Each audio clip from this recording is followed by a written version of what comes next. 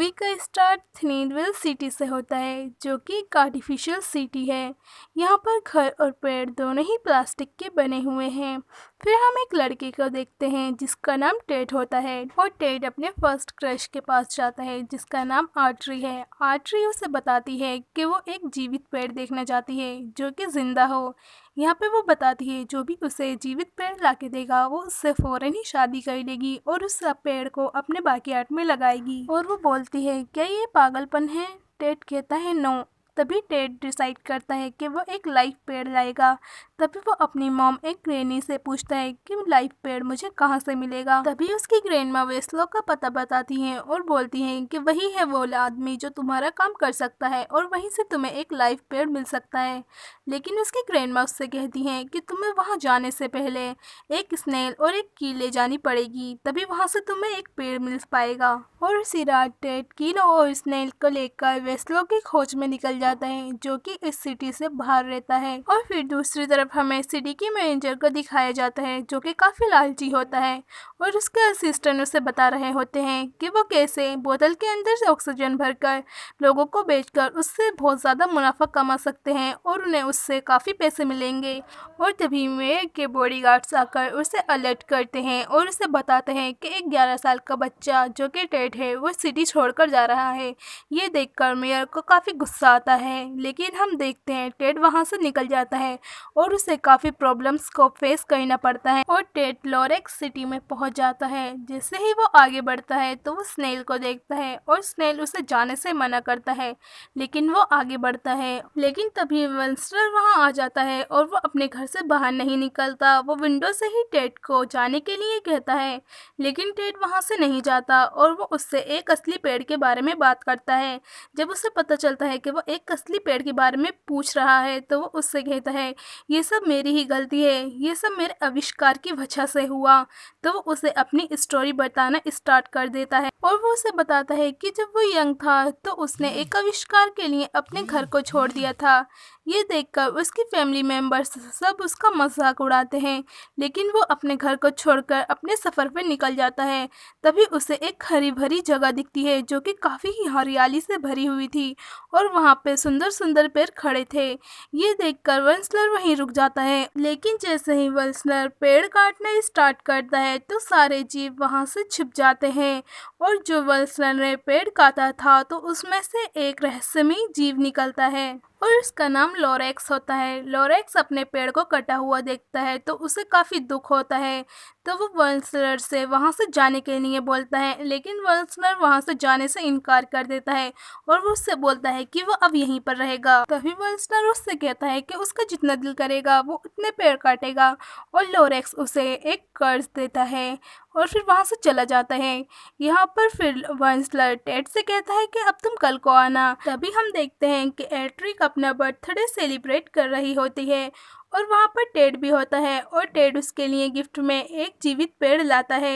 ये एट्रिक देखकर काफ़ी हैप्पी होती है और वो दोनों आपस में किस करने लग जाते हैं लेकिन ये टेड का एक सपना होता है और वो अपनी फैमिली के साथ बैठा हुआ होता है जो कि आज संडे था तो टेड को अपनी फैमिली के साथ आज पूरा दिन स्पेंड करना होता है। लेकिन मौका देखकर टेड की ग्रैंडमा उसे जाने को बोलती है वेंसलर के पास और टेड वहां से चला जाता है लेकिन रास्ते में मेयर आकर टेड को पकड़ लेता है। तभी मेयर बोलता है कि मुझे ऐसा नहीं पता था कि थ्रीनविल में भी ऐसा कुछ है और वो उसे बताता है कि मेरी ज़िंदगी एक ऑक्सीजन बेचने से ही चल रही है और जब भी मैं लोगों को पेड़ों के बारे में बातें करते हुए सुनता हूँ तो मुझे उन पर बहुत गुस्सा आता है और अपने बिजनेस का खतरा लगा रहता है।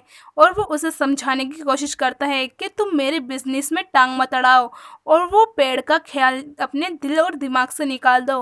वो उसे बताता है कि अगर तुमने जाने की कोशिश करी तो मैं तुम्हें छोड़ूंगा नहीं क्योंकि मेरी नज़र तुम पे ही है हर कहीं और किसी भी वक्त। और वो उसे आगाह करता है कि वो यहाँ से भागने की अब कोशिश न करे और मेयर वहाँ से उसे धमकी देकर चला जाता है। लेकिन टेड वेंसलर के पास पहुँच जाता है और वेंसलर उससे कहता है कि तुम बाकी बच्चों की तरह नहीं हो और उससे कहता है कि ये ज़रूर एक लड़की का मामला है। तभी टेड उसे बताता है कि वो कोई लड़की नहीं है, वो एक औरत है और वो एक हाई स्कूल में है। तभी वेंसलर उसे अपनी स्टोरी बताना स्टार्ट करता है। तभी स्टोरी फ्लैशबैक में जाती है लेकिन तभी हम देखते हैं कि सारे जानवर मिलकर वेंसलर के बेट को बाहर निकालते हैं और उसके शादी को डिस्ट्रैक्ट करने की कोशिश करते हैं और वो जानवर मिलकर उसके बेट को एक रिवर में छोड़ देते हैं, जिसकी वजह से वो बेट बहने लगता है। तभी हम देखते हैं कि एक भालू की बच्ची की वजह से उनका सारा प्लान फ्लॉप हो जाता है और उन्हें वेंसलर को बचाना पड़ता है। तभी लोरेक्स बोलता है कि तुम हमारे लिए एक बहुत बड़ी प्रॉब्लम हो, क्योंकि तुम हमारे पेड़ों को काट रहे हो। ये सुनकर वेंसलर उससे प्रॉमिस करता है और उससे बोलता है कि वो अब कभी पेड़ नहीं कट करेगा। लेकिन जैसे ही वेंसलर की सुबह को आँख खुलती है तो वो डर जाता है, क्योंकि उस रूम में सारे जानवर सो रहे होते हैं। यहाँ से फिर वेंसलर उससे बोलता है कि मैं अब शहर जा रहा हूँ अपना स्कार्फ बेचने के लिए। वहाँ से वेंसलर निकल जाता है शहर की तरफ और वो अपना स्कार्फ बेचता है, लेकिन उसके स्कार्फ की तरफ कोई भी ध्यान नहीं देता, बल्कि उसे सब इग्नोर करते हैं। यहाँ से वेंसलर काफ़ी सैड हो जाता है और वो स्कार्फ फेंक कर वहाँ से चला जाता है, जो कि वो स्कार्फ जाकर एक लड़की के सिर पर रख जाता है। तभी वहाँ पर बैठे हुए सभी लोगों को वो स्कार्फ काफ़ी पसंद आने लग जाता है और वो उस लड़की की पिक्चर्स लेना स्टार्ट कर देते हैं। यहाँ पर ये सब मिलकर वेंसलर के पास जाते हैं और उसी स्कार्फ की रिक्वेस्ट करने लग जाते हैं। यहाँ पर वेंसलर देखकर इन सबको काफ़ी हैप्पी होता है और तभी वेंसलर अपनी फैमिली को कॉल करता है और उन्हें वहाँ आने को बोलता है। अगले ही दिन उसकी फैमिली वाले वहाँ आ जाते हैं और उसकी मोमो से देखकर काफ़ी हैप्पी होती हैं। लोरेक्स उन सबको देखकर काफ़ी सैड होता है और उससे वहाँ से जाने के लिए बोलता है, लेकिन वेंसलर उससे रिक्वेस्ट करता है और वेंसलर अपने ड्रीम को पूरे करने में लग जाता है। यहाँ पर वेंसलर सारे पेड़ों को कट करने स्टार्ट कर देता है। तभी लोरेक्स आकर उसे समझाने की कोशिश करता है, लेकिन वेंसलर उसकी नहीं सुनता और अपने घमंड में रहने लग जाता है। तभी वेंसलर एक जो पेड़ बचा था उसे भी कट कर देता है और लोरेक्स उसे उसका वादा याद दिलाता है। तभी वेंसलर वहाँ आके देखता है तो सारा जंगल वीरान हुआ था। ये देखकर वेंसलर भी काफ़ी अनहैप्पी होता है और वेंसलर ये सब देखकर काफ़ी सैड हो जाता है। तभी वेंसलर की फैमिली उसे छोड़कर वहाँ से चली जाती है। यहाँ पर वेंसलर अकेला हो जाता है और जितने भी जीव थे वो भी बेघर हो चुके थे, इसलिए वो भी उस जगह को छोड़ देते हैं और वेंसलर का पेट जो कि उसका फेवरेट था वो भी वहाँ से चला जाता है और अब लोरेक्स भी अपनी दुनिया में चला जाता है और लोरेक्स अपनी एक निशानी छोड़ जाता है। यहाँ पर वेंसलर अकेला हो जाता है। तभी फ्लैशबैक से कहानी वापस आती है और वेंसलर उसे बताता है कि मैं अभी तक पश्चाताप कर रहा हूँ और जो भी मैंने करा और जितने भी मैंने पेड़ काटे उन सब के लिए मुझे काफ़ी दुख है। यहाँ पर वेंसलर टेड को एक बीज देता है जो कि एक रियल पेड़ का होता है। वेंसलर टेड से बोलता है कि शायद तुम ही इकलौते एक ऐसे इंसान हो जो कि जंगल को फिर से हरा भरा कर सकते हो और पूरे शहर को भी हरा भरा कर सकते हो। वो टेड से बोलता है कि इस पेड़ को शहर के बीचों बीच लगाना ताकि सारे शहर वालों के विचार अलग हो जाएं। यहाँ से टेड भागकर शहर की ओर जाता है, लेकिन मेयर का कैमरा उसे आते हुए देख लेता है। टेड आर्ट्रिक को अपने घर बुलाता है, लेकिन जल्दबाजी में आर्ट्रिक से उस बीच के ऊपर पानी गिर जाता है। जब टेड अपनी मॉम के पास जाता है तो वो मेयर को देखता है और मेयर उससे उस बीच की डिमांड करने लग जाता है, लेकिन टेड उससे बोलता है कि कौन सा बीच। तभी मेयर के बॉडीगार्ड्स उसके घर में उस बीच को तलाशना स्टार्ट कर देते हैं, लेकिन वो बीच उन्हें कहीं नहीं मिलता, जिस पर टेड की मॉम गुस्सा हो जाती हैं और उन तीनों को घर से बाहर निकाल देती हैं और वो बीच ग्रैंडमा के पास होता है। और तब वो तीनों देखते हैं कि उस बीच में से एक पेड़ आ रहा है, तो वो तीनों काफ़ी हैप्पी हो जाते हैं। तभी लोरेक्स वहाँ पर आ जाती है और वो लोरेक्स को उस पेड़ को दिखाता है। ये देखकर लोरेक्स काफ़ी हैप्पी होती है और वो लोरेक्स से बोलता है कि ये पेड़ हमें शहर के बीचों बीच लगाना होगा। और टेड की मदर अपनी कार निकालकर उन सब का ध्यान डिस्ट्रैक्ट करने की कोशिश करने लग जाती हैं। यहाँ पर टेड और ग्रैंडमा और लोरेक्स मिलकर शहर के बीचों बीच जाने लग जाते हैं, लेकिन मेयर उनके ऊपर नज़र रखे हुआ था और वो भी उनके पीछे लग जाता है। यहाँ पर मेयर उनसे उस बीज को छीनने की कोशिश करता है, लेकिन ग्रैंडमा के हाथ में से वो बीज गिरकर एक वाटर बोतल में चला जाता है।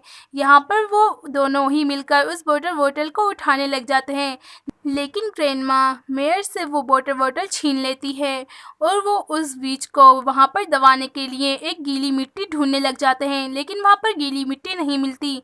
तभी ग्रैंडमा वहाँ से गीली मिट्टी निकालती हैं, लेकिन मेयर उन सब के खिलाफ लोगों को भड़काने लग जाता है और लोग भड़क भी जाते हैं। और यहाँ पर टेड जल्दी से अपनी ग्रैंडमा के साथ मिलकर उस दीवार को तोड़ देता है और लोग जब दीवार की बाहर का नज़ारा देखते हैं तो वो काफ़ी हैरान रह जाते हैं, क्योंकि वो काफ़ी सुनसान थी, क्योंकि बाहर की ज़मीन बंजर हो चुकी थी और वहाँ पर एक भी पेड़ नहीं था।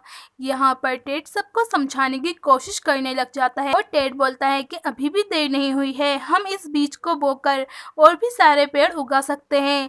लेकिन मेयर फिर से टेड के खिलाफ लोगों को भड़काने लग जाते हैं, लेकिन अब लोग भड़कते नहीं हैं और सबके सब लोग टेड के फेवर में खड़े हो जाते हैं और मेयर अकेला बचता है और उसके चमचे मिलकर भी उसे वहाँ से उड़ा देते हैं। और काफ़ी दिनों के बाद वंसलर अपनी विंडो से बाहर देखता है और फिर हम देखते हैं कि टेड शहर के बीचों बीच उस पेड़ को लगा देता है, जिसकी वजह से सारी जगह हरियाली होने लग जाती है।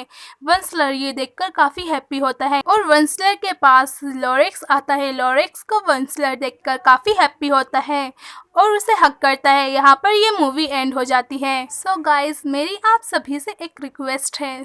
तो आज की मूवी हमने पेड़ों पर देखी, तो मैं आप सभी से यही कहना चाहूँगी कि आप सब पेड़ों को सेफ रखें, क्योंकि पेड़ों से ही हम सांस ले पाते हैं और आप सभी पेड़ों की सुरक्षा करें। Thanks for watching.